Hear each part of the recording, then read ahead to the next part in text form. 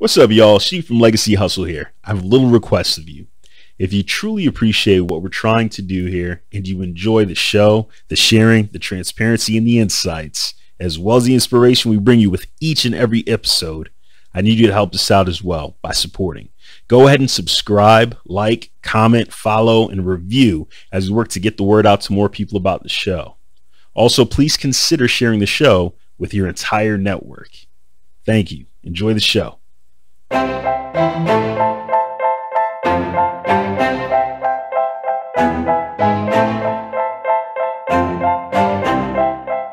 What's up, y'all? This is Legacy Hustle, a show that will highlight and amplify the stories of Black entrepreneurs and their products or services that are impacting preceding generations, future generations, or cross-generationally.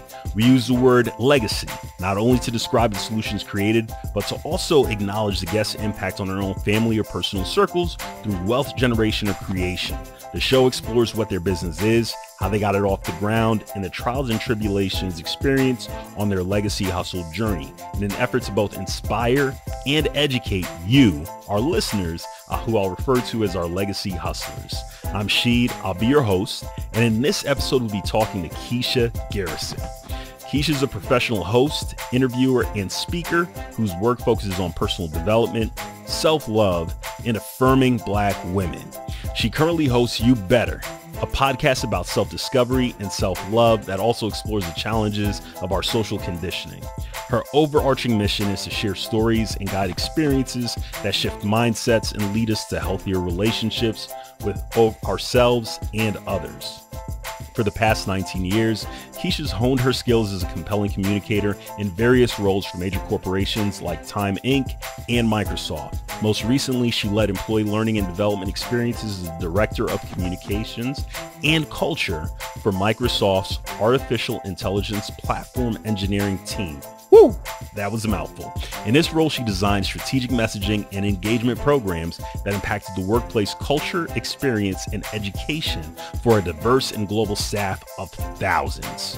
A dynamic and versatile speaker, Kiesha has decades of experience guiding audiences through both in-person and virtual events for learning, development, and entertainment. Her skill as an emcee and moderator has led to Kiesha becoming known as a reliable and impactful host for global events at Microsoft and beyond. She's led events such as Ability Summit and Global Business Development Summit, as well as their first ever virtual Microsoft Ready conference in Include 2021, a groundbreaking global digital event focused on diversity and inclusion. She's also had the honor of conducting celebrity interviews with icons such as Will Smith, Ang Lee, and Lenny Kravitz for the Microsoft internal show Outside In, which delivers in-depth conversations highlighting the wisdom of the guests while making seamless connection to the cultural learning objectives of Microsoft.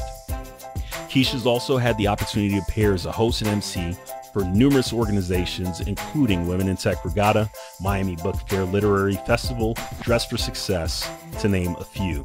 As a believer in the power of storytelling to shift hearts and minds, Kiesha's also taken many stages as a narrator and a stand-up comedian.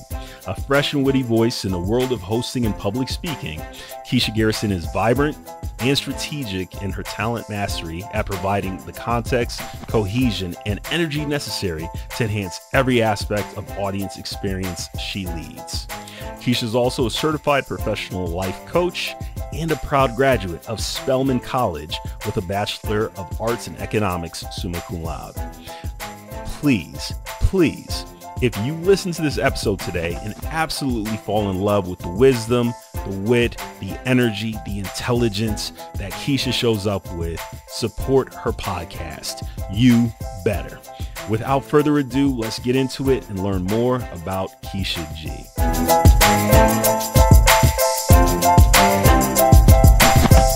Kiesha, thank you so much for being on Legacy Hustle today. Really excited to have you here. Can you start off by helping our Legacy Hustlers understand a little bit about what you're doing? Yes. And thank you so much for having me on the show. And my business is a personal brand business. It's a multi-pronged personal brand business. So the best example I'll start out with that I can give to people is, you know how Amanda Seales is like a comedian, a host, a game show producer, an actress, an author, a podcaster. All those different things are under the umbrella of multi-hyphenate. the Amanda Seals multi-hyphenate world. That's the nature of my business. So when you think about my business, the name of my operating company is actually Gem Drop LLC. That's my operating company. But underneath Gem Drop is 3 different facets of my business. I have Kiesha Garrison Co., which is host for hire work. I do public speaking, event emceeing, moderating conversations and panels. So companies and organizations can hire me to facilitate the experiences that they want to have for their audiences. I come in, be the chief energy officer, keep things running on time, give thought-provoking questions, and connect audiences to the things that the learning objectives that whomever is hosting the event has. Then in the next bucket, you have You Better. You Better is my own self-love and self-discovery platform. And that's where I do my podcasting. That's where I do workshops and keynote speeches. So whenever it's about my agenda, I'm talking about self-love and self-discovery and personal development. And in the bucket number 3 is Another Black Girl. That is my love space for and by Black women. So there's a website involved in this. It's a directory where you can look up different Black women who are operating in various different spaces around the world in our different zones of genius. And I also facilitate panels under that banner as well. So sometimes a company will come to me and say, oh, will you come and speak about so-and-so topic? I'm likely to turn around, flip through my Another Black Girl Rolodex, and come back at you with, how about this panel of Black women who can talk on this topic? So that is what I do. It's all under those 3 buckets that roll up and make up my business. So talk to us about what inspired you to be like, hey, you know what? This is what I want to do, right? Because all of those different buckets, there's a consistent theme of being able to lean in with audience and bring to life the things that they're aspiring towards or trying to get to. And so what for you was so important that you said, all right, my legacy is going to be leaning in to help people on that journey? Talk about that. Yeah, there's a bit in there about me recognizing what my, I won't say unique gifts are, because I think that, there's a lot of people who are out here pulling insights from the stories of other folks, but I know where I feel gifted.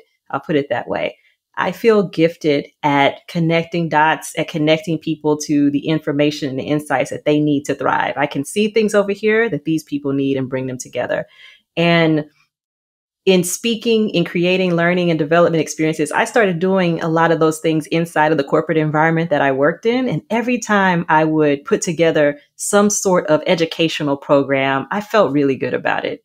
And then once we just layered in me speaking and performing and being a part of the experience in that way, then it just took it to the next level. All of my creative juices from when I was really young and I used to be on stage a lot would really come alive. And I just, at some point, I kept doing this and I couldn't stop hearing the call from inside that was saying, this is you. This is what you like and love. And you're trying to make it happen inside of this corporate environment, but you could just go do this. But I think that I was able to look at where I felt gifted and then think about what I really valued in the world and what I wanted to have an impact on. And one of the things that I really want to have an impact on in the world is how the world treats Black women. And that requires not just addressing Black women in some way and being there and holding space and creating opportunities for them, but that also means just making sure that the world is moving in a direction of human beings at large growing kinder and gentler and understanding themselves better. So once I just layer all those things together, that's where you get me focusing on the You Better work, because I really want to make the entire world understand themselves better and develop identity outside of the need to subjugate other human beings. And the learning and the event work that I do, I focus my event work on learning and development experiences or also cultural type of celebrations. You're not going to find me emceeing the insurance sales conference. because it doesn't connect my gift to the things that I value and the things that I want to impact in the world. It's got to be both of those things. Mm. So just for our audience's ability to understand your journey thus far, how long have you been on this journey for your legacy hustle? Wow. I have the breathe on it moment because I think about the official date when I started, the business and filed the LLC for Gym Drop. That was in August of 2020. Okay. But I started the Another Black Girl site and just started thinking about what I wanted to do with that in about 2014. I started doing stand-up comedy in 2017, and that was an ignition of a little bit of that fire of performing that I hadn't felt in a while. I put myself on stage, and then that kicked off people at the company that I was working at. I was working at Microsoft at the time. That got people to see me differently and start tapping me to do stage work there, on-air broadcast, interviews. I got pulled in to do a whole bunch of interesting projects that were outside of my core work. And a lot of that started kicking up in 2017. And I just kept doing it on the side in Microsoft. It was very truly what you would call the side hustle. It didn't graduate to be the legacy hustle until last September of 2021 when I left my corporate job and decided to do this work full time. Got it. So it's been a journey you've been on for some time, but you didn't actually leave the 9-to-5 until recently. And so since you left the 9-to-5, can you talk about, sort of where you got the money to stand up the business and the entity and to kind of begin doing what you've been doing, just to give our listeners a sense of, hey, if I have this dream that I want to achieve in terms of having a personal brand business and being able to lean into the world in a similar fashion, how can they find the money to start something like this? Well, my story is really tied to the fact that I was working at a big corporation and I was getting a bonus every fall, and I had stock in said corporation. So I was able to source all of the startup funds for my business from selling stock and from cash savings from me just saving money over time. I think I was saving the money not specifically with buying a house in mind, because I had kind of felt burned by the owning a house experience before I moved out to where I live now. But I had the money, if you will, to be like, oh, it's down payment on a house time. It's time to do this grown-up thing again and try that out. And I looked at it and I was like, I think that I should just take this time and take this money to bet on myself. And what that meant was being able to cover the initial business expenses. And for me, that meant a big branding project. So that meant standing up a website, working with an actual branding consultant and web designer. And that was a 5-figure expense. That was something that I spent a lot of money on because I wanted to remove the constraint of my bandwidth. Because I had marketing in my background. I thought I could do all these things, but I had a full-time job when I was making these plans. So I had to have enough money to spend 5 figures on branding. I want to say it wasn't more than 20 grand, but it was somewhere around that. So and even with that, like, how did you start identifying where, a person who's a brand consultant or a website designer can appreciate and understand the vision of where you were trying to go so that they could help you bring that to life? What did that process look like? That process started with me reaching out to people I knew in my friend network who did design, but I quickly realized that I needed more than what I'm going to call the homie hookup. I very quickly realized that I need to take this further. I need a full strategist. It's like really knowing what you need. I didn't have the time or the energy to be in the role of the full driver of this and giving someone, this is what I need you to go do. I couldn't project manage this thing. So I was looking for something very specific. I was looking for someone who would put me in the client seat And they were like, here's my process. Here's how I do this. Here's the strategic framework, the actual communications game plan we're going to make for your business. And somebody who already had that. So what I started doing was I went on Instagram, actually, and I put in hashtag branding consultant. And I'm going to be real with you, Rashid. I started scrolling looking for Black women. So that's okay. I started there because I felt like there's things that I want to shortcut in terms of not having to explain. Because I planned to have a very unapologetically Black brand. And I also wanted someone who kind of understood what it meant to be a Black woman trying to strike out and take this kind of a risk. And right. I was able to, I put out some inquiries on Instagram, sent a couple people some notes, and I want to say half the people, I don't know, maybe I reached out to 8 folks. Half the people didn't even respond. So good luck with having an Instagram page that you don't respond to.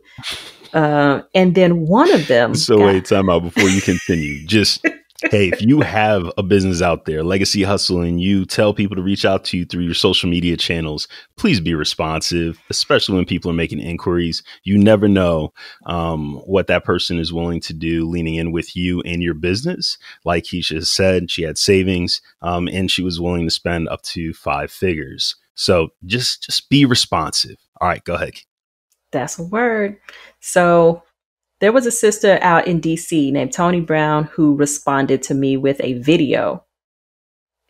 She hit me with the personal touch, thanked me for following her page, thanked me for the inquiry, and just told me what she was about. And I was like, well, okay, sister is forward, hospitable, coming with the customer, vibe off top. So I set up some time to talk to Tony, and I really liked her.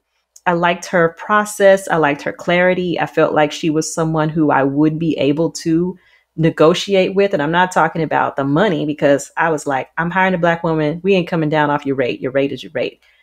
What I mean by negotiate was actually be able to talk with her about my brand and my vision, but hear her expertise and have like a respected back and forth about how we're going to move forward.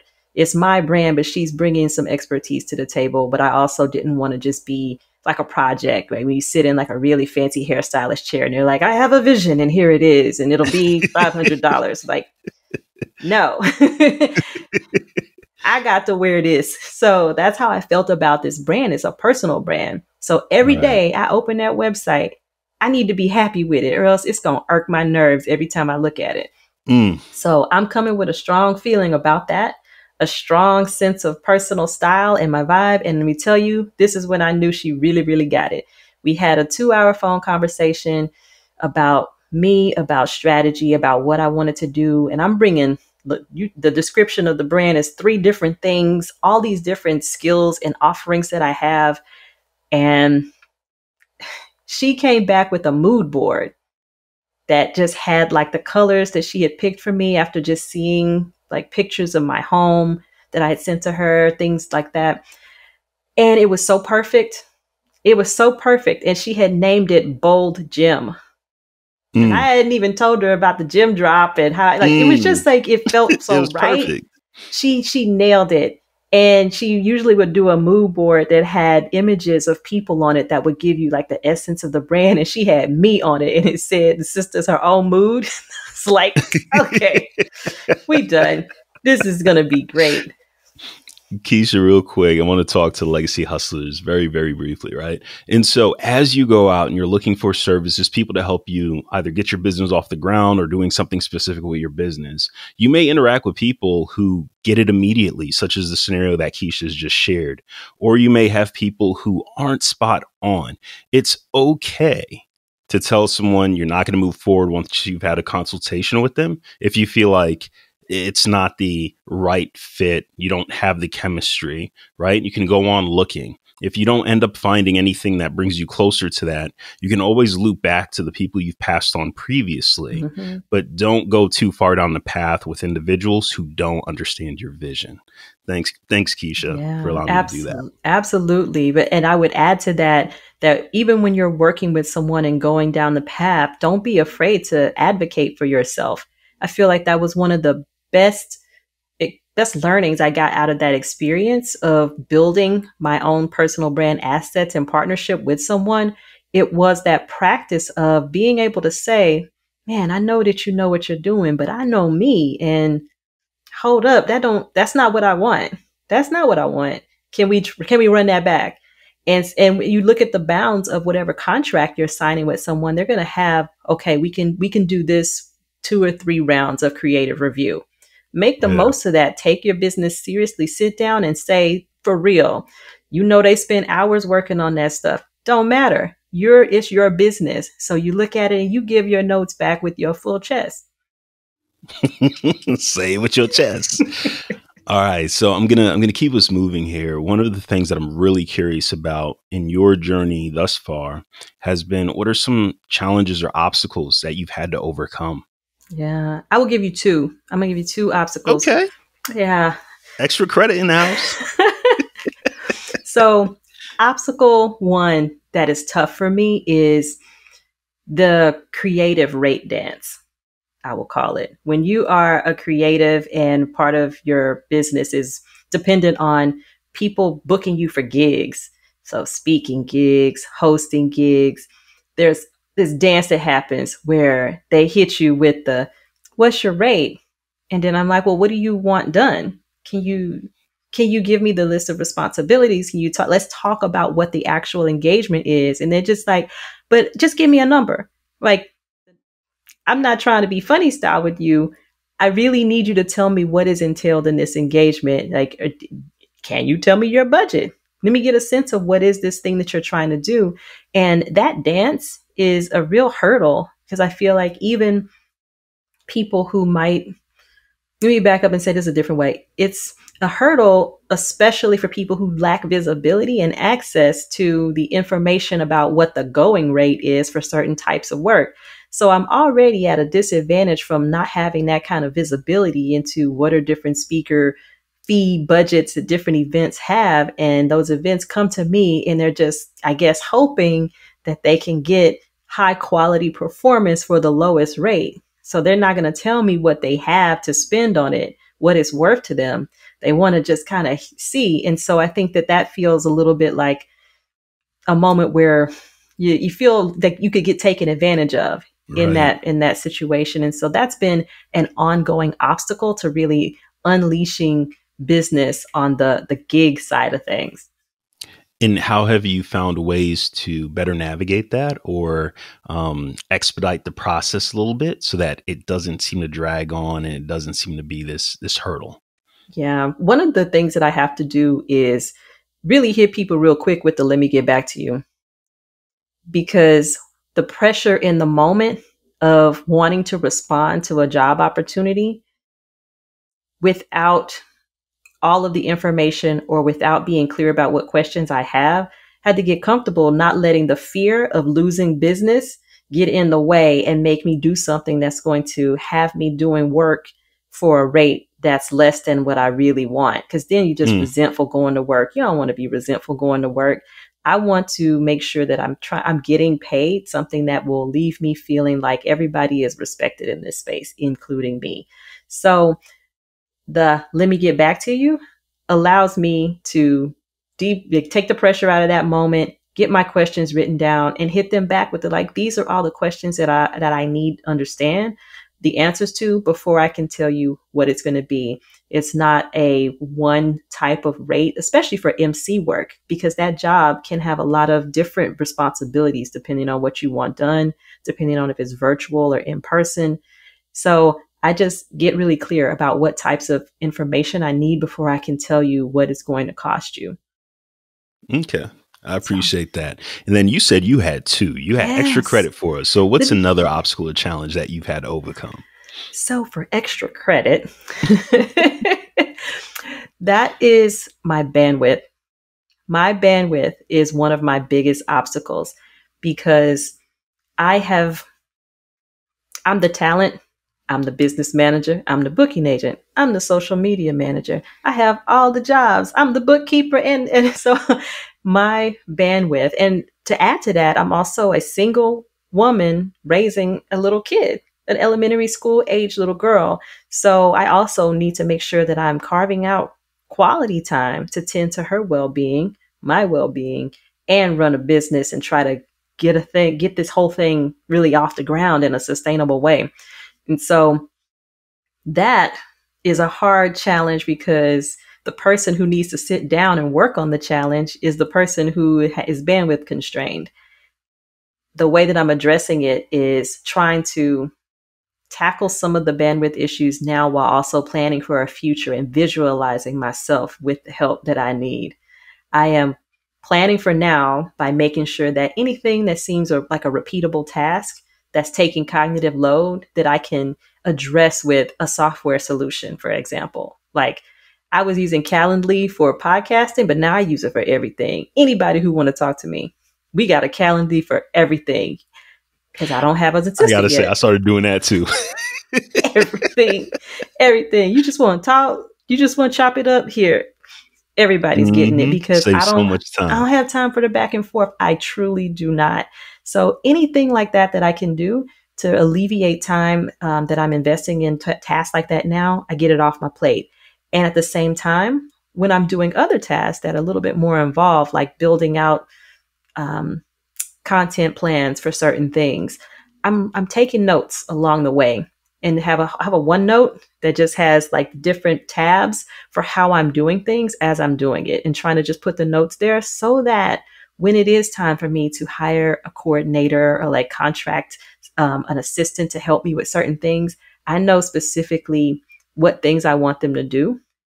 And I know that I have a little bit of notes already for how I'm going to help onboard them when they do come on. So I'm already planning now for future Kiesha to have support. I am visualizing it. I'm investing in it now as I do this work in the short term. So what you hear Kiesha talking about is effectively finding ways to really streamline your processes. Not only that, but in corporate speak, if you will, creating standard operating procedures, right? Being able to create documentation for successful transitions when you find additional ways to scale your business and have people come in and support and help.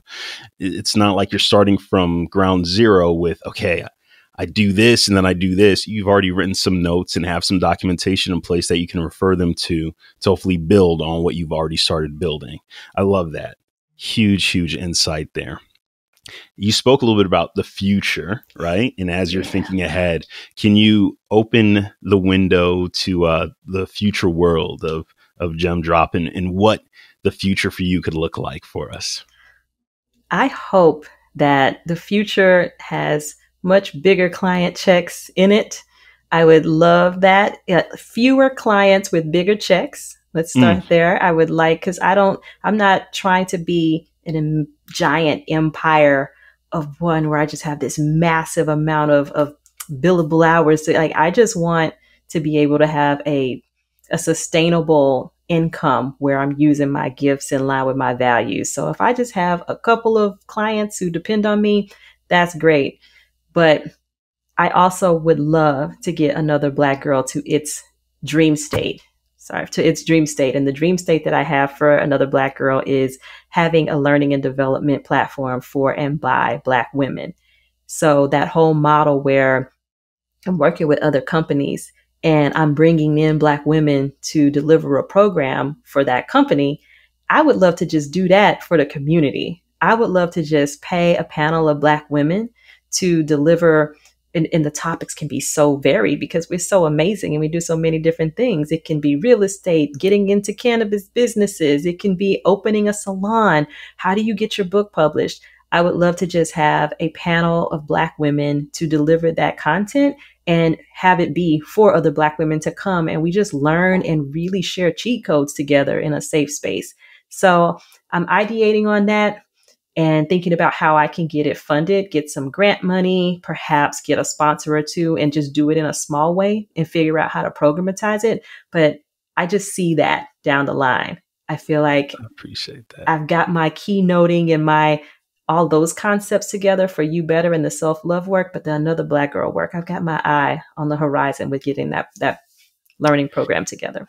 Kiesha didn't ask me to do this, but I'm just going to put it out there. If you're listening to this right now and you feel like you fit into any of the categories of buckets or ways and means of Another Black Girl and what her future vision is, don't hesitate to reach out to her, right? I'm going to make certain the show notes I capture, how to get in touch with her through her website and social media accordingly. But then also we'll include all these different resources that she's spoken about up to this point in time so that you can see those as well, right?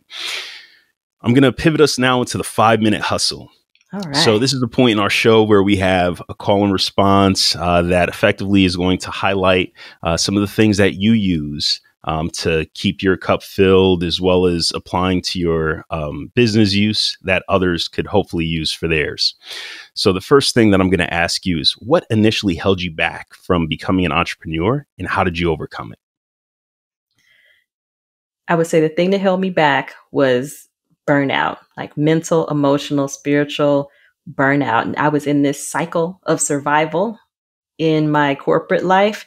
And at the time that I was deciding to go ahead and do this, I feel like I was at one of those troughs, one of the low points. And I had to tend to myself. I had to love myself out of that place so that I could even trust that I was capable of moving forward. And that took really great friends, leaning on people who could pour into me. That took taking care of my physical health so I could actually feel strong. And it was a really tough thing to pull myself out of. Just like really honoring the fact that my body was in a state of heaviness, trauma. I just needed to let myself be a human being so that I could get myself into a place where I could trust the calling that I was feeling. Because when you're feeling in that low point, nothing feels possible. And I had to get myself right within first before I could move forward. Thank you. When you think about getting yourself right, and being able to push forward, and sorry, I'm going to dive a little bit deeper into this before we go on to some of the other ones, because I really appreciate what you're saying there. Can you share some of the things that perhaps you were able to embark upon that enabled you to be able to work through that? Yeah. If you're willing to share. I absolutely am. And I would say what my first thought was, I wish I could give that answer of, I went to therapy, because I did not. Because at the time I was going to therapy with my kid for her stuff.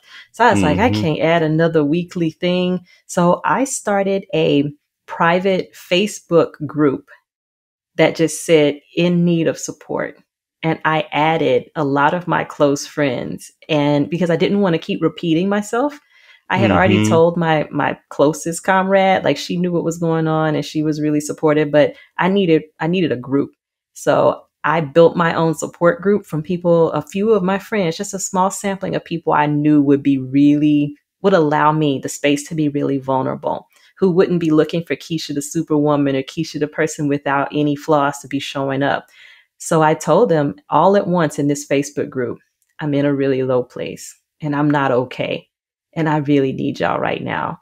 And I would just, and I would just pop in there. And it was just like this low pressure thing where I could just be in there and they would be supporting me. So just having people to just literally hold my hands from afar and be like, we see you and it's going to be okay. We believe in you. You have a place to go to come and talk to people when you're not okay. And the combination of that with filling my consciousness with motivating content.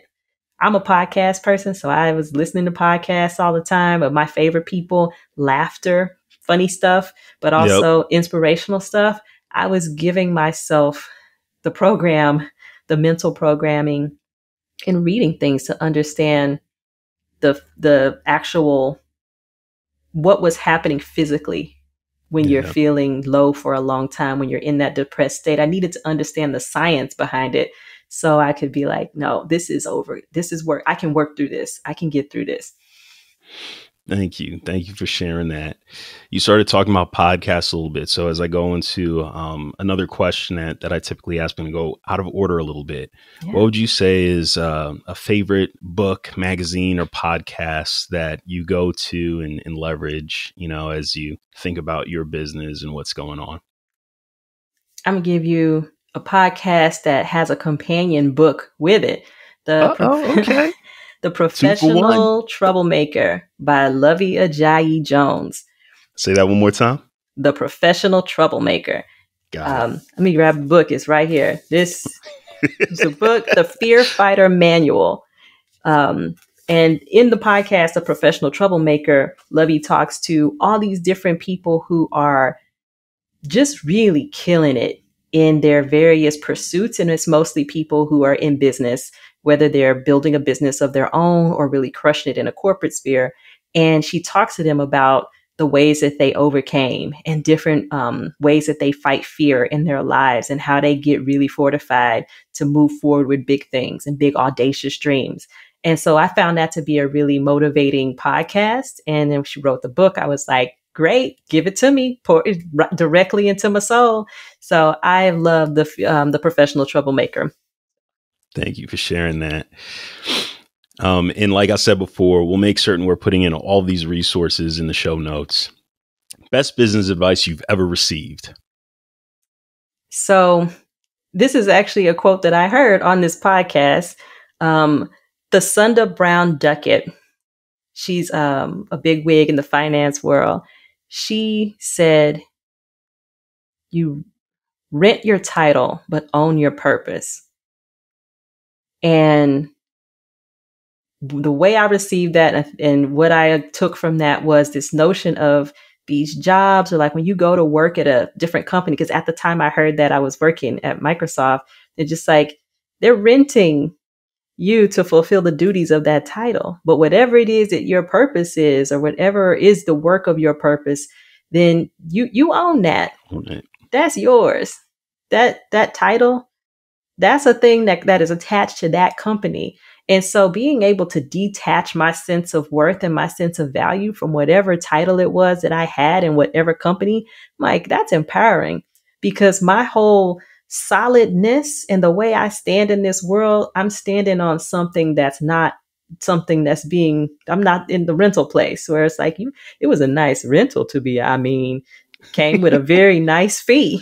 However, it wasn't mine.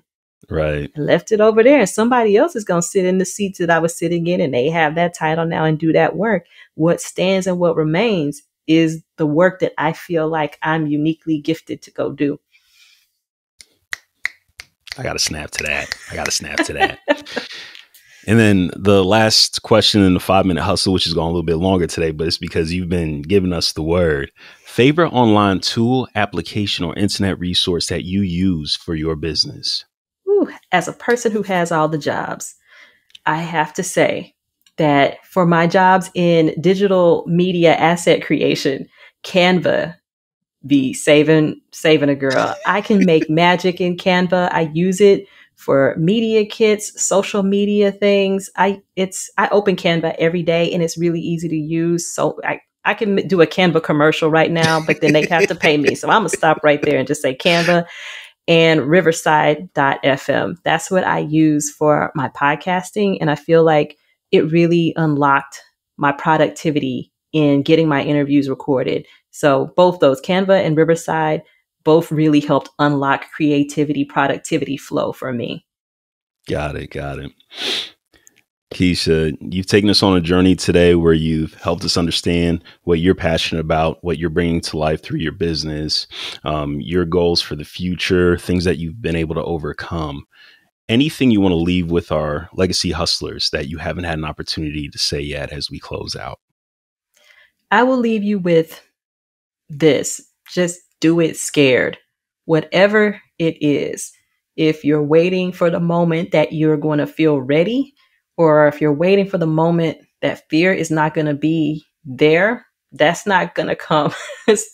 I think you just have to go ahead and know that courage can only exist because fear is there. If it wasn't scary, it wouldn't take any courage to do. So the fear is there. Just, you got to saddle up next to it and know that it's scary, probably because it means something to you. And you're going to have to just do it scared, like most of all of us are doing. Ain't nobody out here. Well, if they are, they built different. Most people are out here just putting one foot in front of the other, still got some fear inside, just feeling like, what if this doesn't work? What if? Or I should be doing this, I should be doing that. Whatever, just do it scared. Thank you. I really appreciate you leaning in with us on the show today. Your transparency, just the words of wisdom as you've taken us on this journey with you. Thank you so much for being here today. Thank you so much for having me. I really appreciate you and this platform. What's up, Legacy Hustlers? I hope your cup is overflowing with inspiration, motivation, and knowledge after listening to our guests today. And if it was, don't forget to subscribe, like, follow, comment, and share with your friends so we can continue to grow the base of listeners. Shout outs to Chris from Sideline Records for always producing an amazing episode. Jonathan Leonard, we see you. Thank you for the intro music. And to our listeners, until the next time we connect, please don't get in your own way in the pursuit of your dreams.